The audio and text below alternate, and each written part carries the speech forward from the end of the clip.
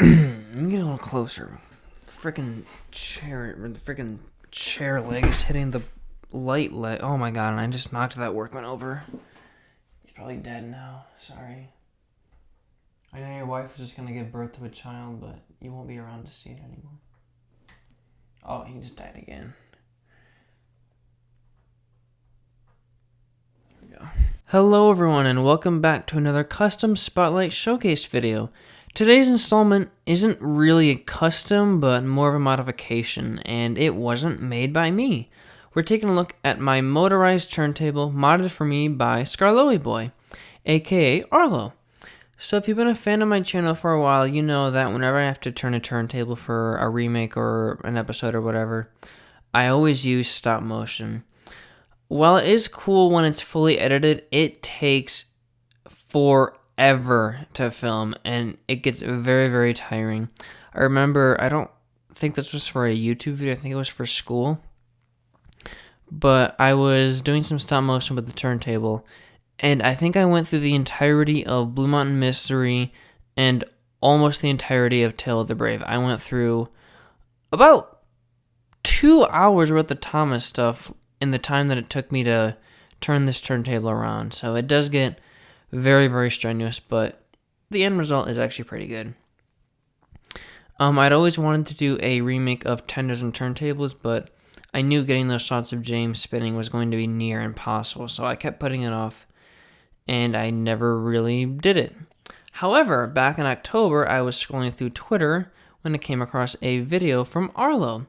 He had a motorized domeless engines turntable, and as soon as I saw the turntable in action, I was just in awe. And I knew instantly that I wanted one. So when it came time to prepare for my Hendrix Express remake, I contacted Arlo, and he made this for me. And today, I'm going to go through his custom making process and tell you how you could possibly mod your turntable. So I am not like a professional custom maker or like 3D printer, so I don't know all the specific terms or measurements for the things. So if I get something wrong, I do apologize. Anyways, he started off by 3D printing. I'm actually going to take James off the turntable, and I'm just gonna get it in hand so you all can get just a better view of it. Let me just take this off, take this guy off, and then I gotta take the tracks off as well. I apologize. A very professional video, but oh well. So he started, I'm gonna take the thing off here as well, because you don't need that. So he started by 3D printing this piece here right underneath I call this the spinner or whatever. So he started off by 3D printing this. I'm not sure what the measurements are, but if you want to know, you can message him on Twitter. I'm going to leave a link to his account and his YouTube channel in the description below. So he then took off this piece and he glued them together. So this actually acts as kind of like a cover for the motor, so it's not like sticking up, so that's kind of cool. And before he glued this down to the base here, he actually painted it black, which is pretty nice because this was actually a different like color than this, and I know it would be kind of hard to find the exact shade of green that would match this, so he just painted it black, and that's totally fine. Now, in the video that I just released, you probably noticed these two little cords here. So these actually run into this, and that's where the motor is. It is a N2O motor, if you're curious, and it basically runs underneath here, and it goes to this terminal block. This is kind of like an adapter from the motor to this cord, which runs all the way down to the speed controller here. So, excuse me, let me just put this down really quick. It's kind of an awkward setup I have right here, but this is the speed controller from, I don't remember what year it's from, but it's from the Bachmann Thomas Strutter set. I think this is a newer one. You can still use the blue one with the yellow controls, but this is the one that I have. And if you're curious, this is a 16-volt DC controller thing. I don't know. I'm not an expert on this stuff, but yeah. And then I am also, I don't know if you spotted this earlier, but, oh, it's kind of hard to get a good angle of this, but right here, it says for use with 12 volt DC max.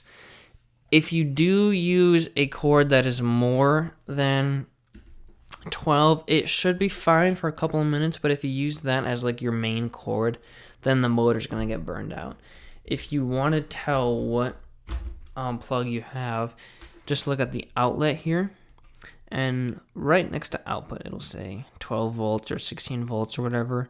Make sure you use a 12 volt one. I think they're like $10 at like Target or Walmart or something, I don't know, but yeah, that's what we're using here. Oh, gotta plug it in. There we go. And I think that's pretty much it.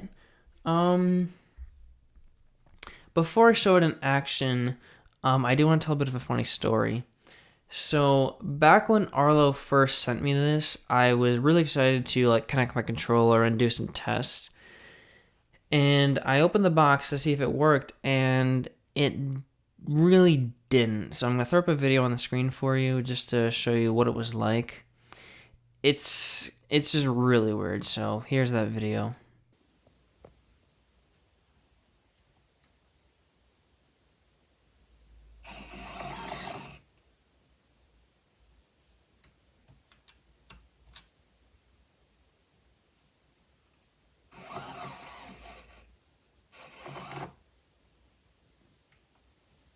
So as you saw, it kind of moved fast at first, and then it stopped, and then it wouldn't turn again until I changed the directions of the controller. It was so weird, and I think it was due to me either not reading the note underneath and using a 16 volt cord, or it had to do with the terminal block right here. When it arrived, it was really loose. It was kind of like a loose tooth. It just felt like it was going to come off at any second. I don't know if it was something that I did or if it got damaged during shipping. I don't know what happened, but it was so loose and it was on the verge of breaking. So I sent everything back to Arlo, and he was kind enough to replace the motor and reinforce the terminal block for me, which is incredibly nice of him. So Arlo, if you're watching, I want to thank you again so much for helping me during this strenuous process. Now it's time to put this baby to the test. I got James on here just as a test engine, and we're going to test it now. So we got the controller here. Well, you can't really see, it's kind of awkward, but I'm going to slowly turn up the control. And there we go. Oh, the wall's kind of crooked. Sorry. There we go. Look at that. That's pretty cool. Even though I've been using this for like a couple of weeks now, it's still super, super cool to me. We'll change it to the other direction now. Very cool. Let's have it going this way. There we go. So you can put it to full speed. I'm going to take James's tender off just to test that. I guess you can do it at full speed. I've never done it before, but I'm going to test it now.